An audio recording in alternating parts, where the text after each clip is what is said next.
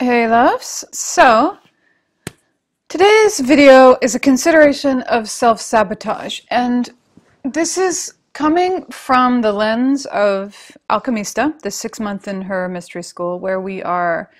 One of the things that we do throughout the month of Alchemista is because it's about creating from nothing. It's about creation. It's about will force. It's about dynamism. It's about your gift to give, right? So, and all that that means and all that that entails. So one of the things we do is we take a choice. We take something that's very daunting, like something you've wanted to create or change in your world or in your being maybe for decades, right? And we work that choice according to a very particular process that has been really helpful and kind of miraculous for me in the past and ongoing. And there's something that happens during that, and it relates to self-sabotage. And I wanted to talk to you about self-sabotage primarily because on a fundamental level, believing in self-sabotage, interpreting what happens in your being as self-sabotage, what does that mean? That means that there's a way that you're untrustworthy to yourself, right? If self-sabotage is a thing, then basically you are kind of living with this being who does not have your best interest at heart, who's also you.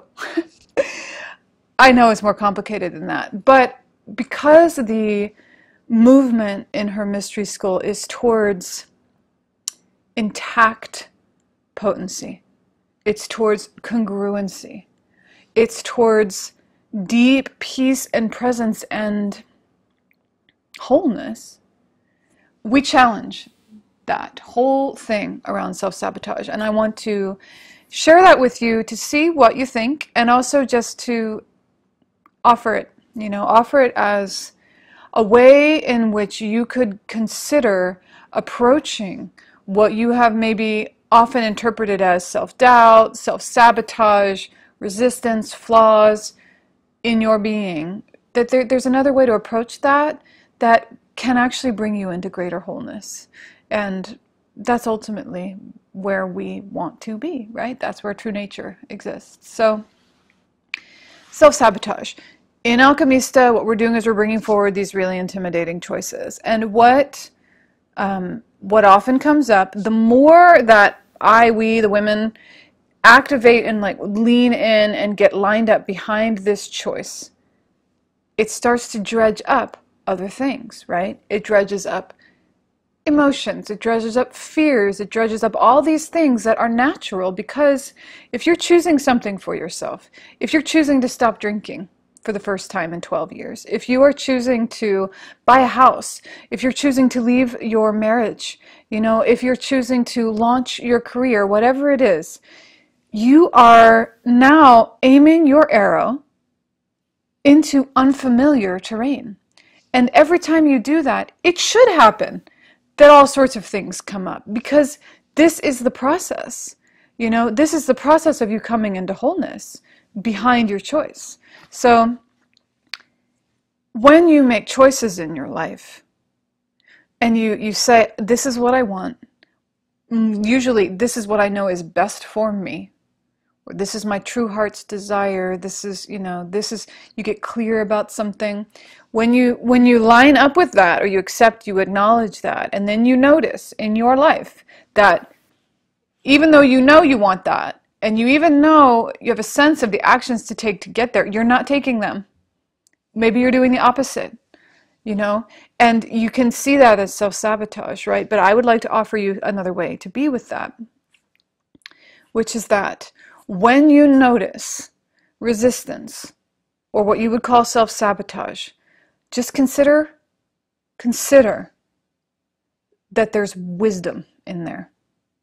So yeah, it's in the way. Yes, it's guiding you. It's out of alignment in a certain way with where you want to go, or what you know is best for you. That's true, right? But whether or not its nature is to fuck with you, and its nature is not in your best interest, or whether its nature is that it has something to bring to the table. There's something for you to find there that is actually going to bring you into greater congruency, greater personal power behind the choice that you're making, right? That's the potential shift.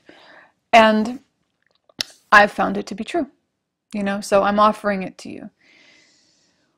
What does that look like? You know, what that means is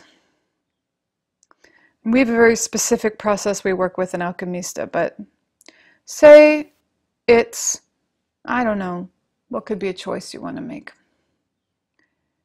We use the example of I choose to have this like loving, wonderful, intimate relationship, right?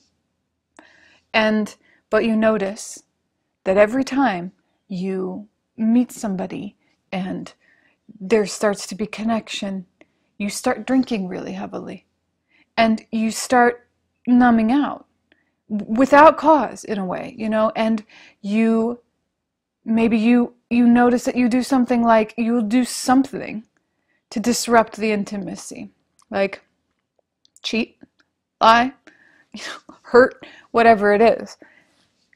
And you can see that there is something out of alignment. Like, is that you sabotaging your desire for intimacy? What's very possible is that no, it's not, but there is an exiled aspect of your own wisdom that is getting distorted because it's exiled.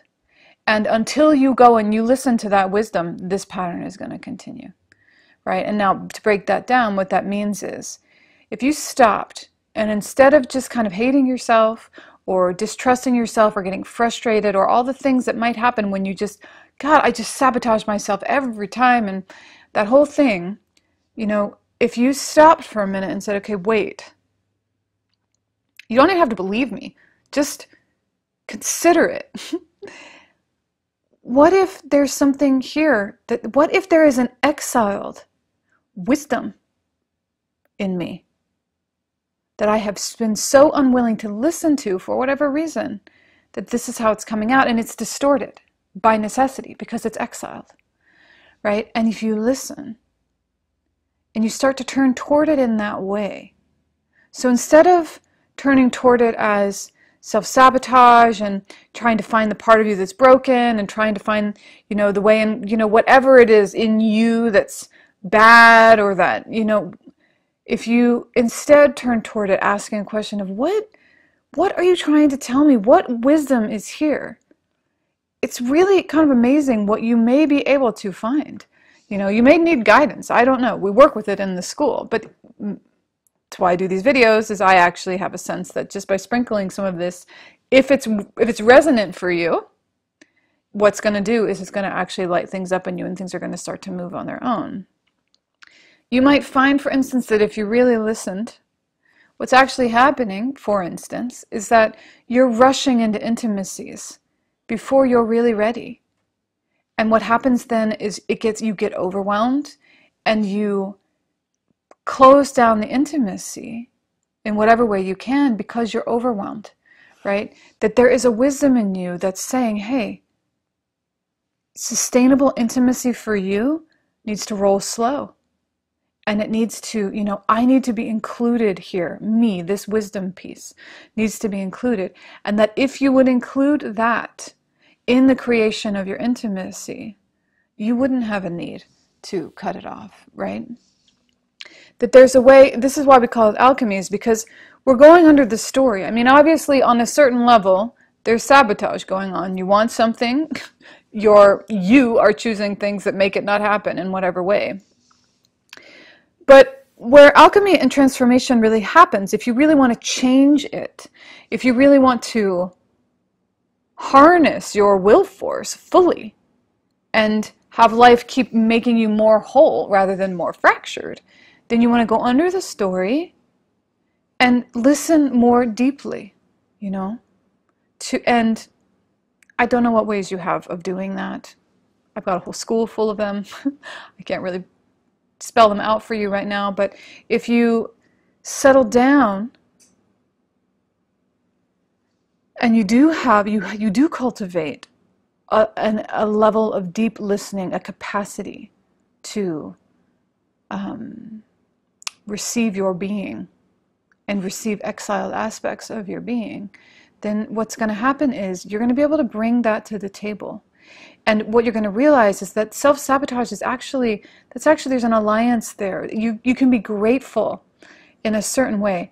It's inevitable that when you choose something, when you kind of point your arrow in the direction of something bigger, more true than what you've ever experienced before, that aspects of you that have been exiled, that need to come into congruency in order for you to get there, in order for you to fully meet that destiny, they're going to come forward.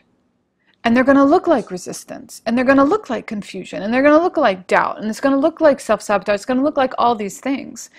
And if you stay on that level, that's what they'll remain. If you go deeper and you listen deeper, it's as simple as, what are you listening for? Listen for the wisdom. For a moment, just suspend all other judgments or perceptions and just suspend it and just believe that actually there's deep wisdom living in you. Period. And it's trying to get through, and sometimes that is distorted because of all sorts of reasons.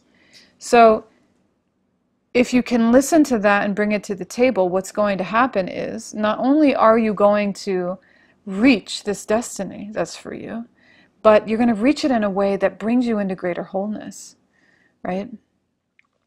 In that example, you're going to come into an intimacy, and where you may have been consistently creating intimacies kind of by habit, by kind of riding over kind of pushing them into intimacies before you're ready, crossing thresholds of intimacy that you're not actually ready to cross until there's a kind of kickback.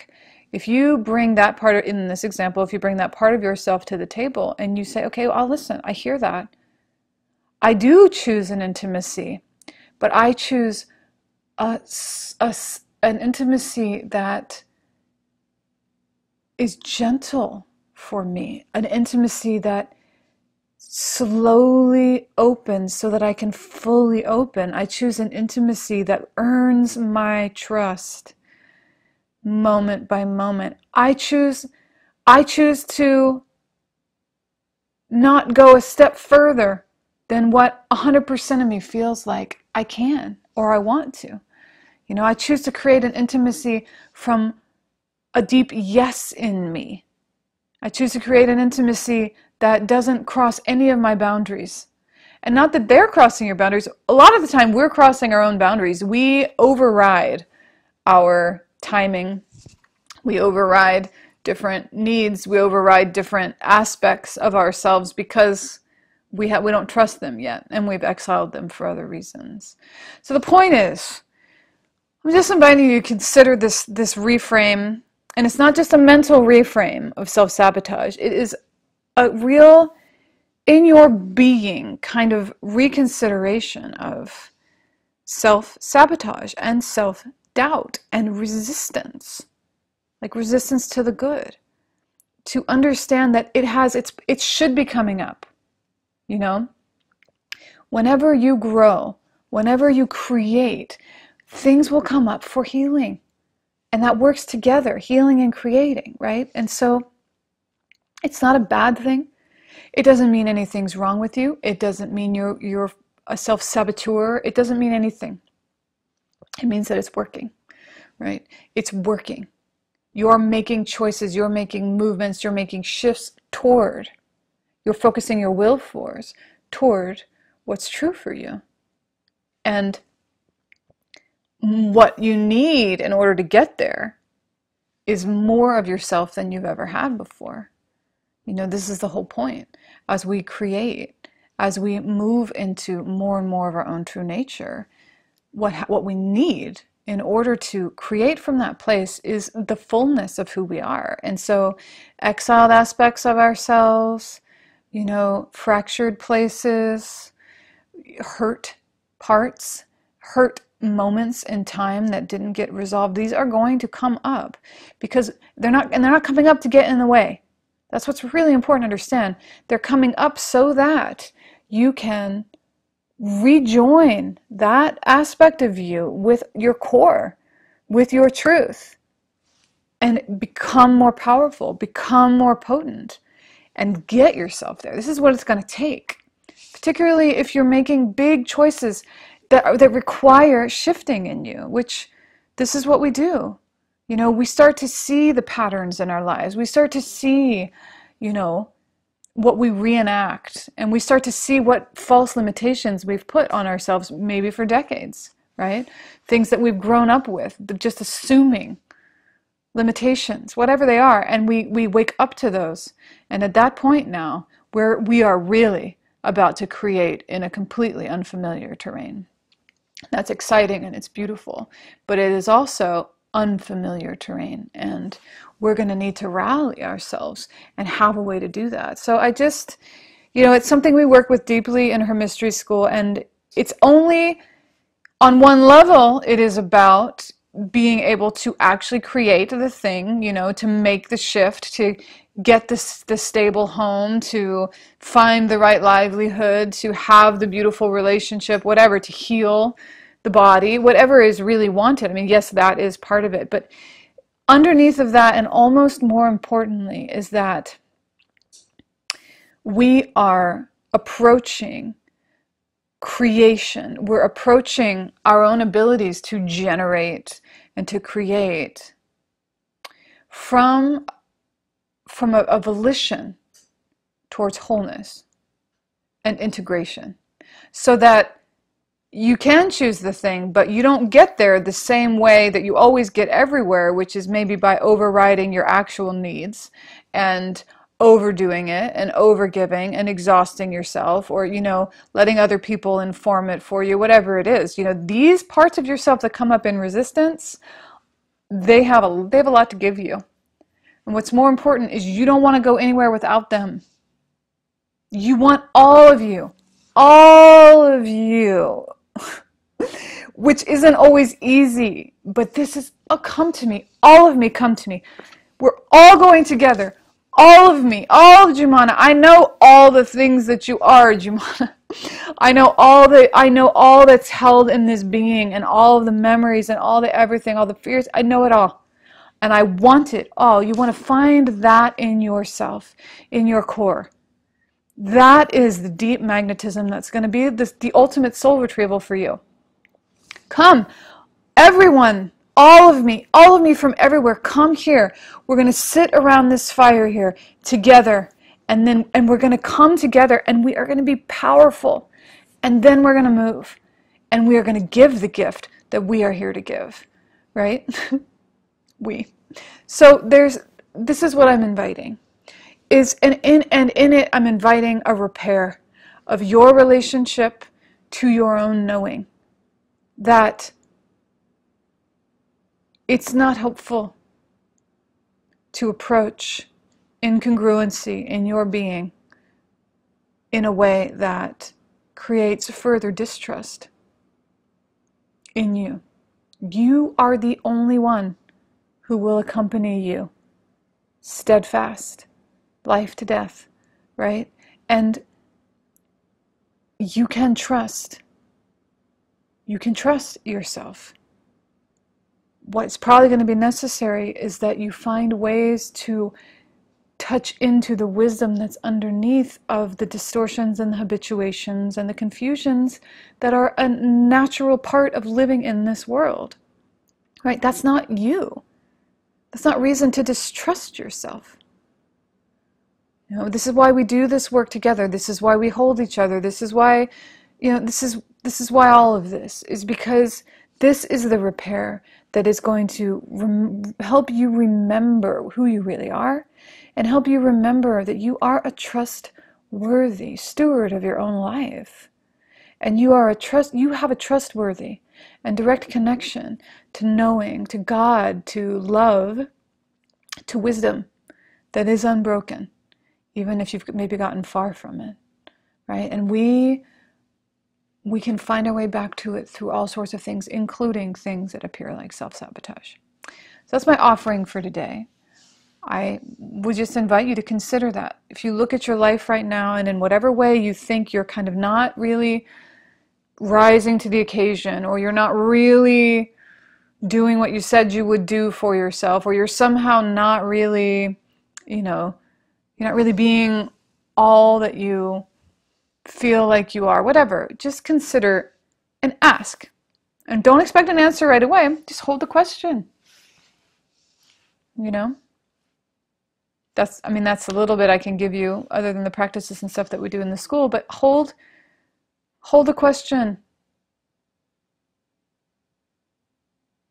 And really do. And for a moment, just say, no, I know that it's not true, that you don't, no part of me is here to hurt me. No part of me. It's not possible. Parts of you can get confused. They can get distorted. They can get conditioned. Aspects of you can be manipulated and all these other things. These are our vulnerabilities as human beings. But at their root, no part of you is here to hurt you. And if we make our volition to know the root, to know the truth, to slow time and to listen deeply enough to really hear what's being said, right, and to really know, then we're going to repair the fabric of our beings in a place that then is ultimately invulnerable, right? And it is deeply congruent, and it'll carry you through into things you couldn't even imagine, right? Because you are here to create, and you are here to bring forward gifts. It's just the reality of what you were created to be. All right, that's what I got for you today. Self-sabotage may indeed be your friend. Blessed be.